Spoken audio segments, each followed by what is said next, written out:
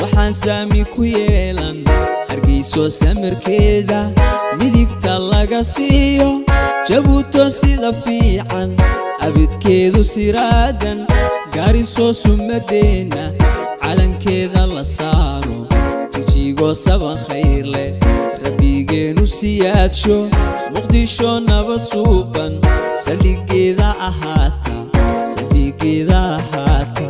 kulanti wacan oo wanaagsan daawadayaal ku soo dhawaada boggeena YouTube ee Brothers Media Group wada alaba ka daawan jireen warbixinadii ugu dambeeyay ee Soomaaliya iyo caalamka.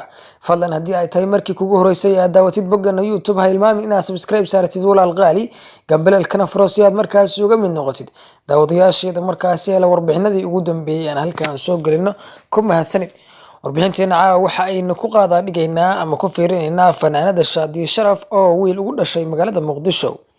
Shaadiye Sharaf ayaa wiil ay loogu magac daray Maxamed Yare wuxuu ugu dhashay magaalada Muqdisho iyada iyo saygeeda Cabdifataax Yare. wiilkani ayaa ku soo biiray qoyska Shaadiye Sharaf iyo Cabdifataax Yare iyadoo ay u soo hambalyeynayaan boqolaal kun oo kamid ah taageerayaasha Shaadiye Sharaf.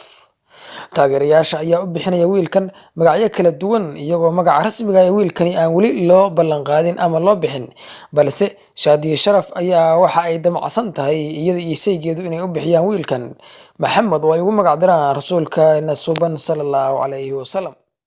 fanaanada caanka ee Nadiiro Nayrus oo kamid ah asxaabta sida aadka ugu dhow Shaadiye Sharaf ayaa muuqaal ay soo dhigtay bartada YouTube ugu soo hambalyeysay gabadhan walaasheeda oo ay in badan fanka ku soo wada jireen isku marna ay ku soo biireen.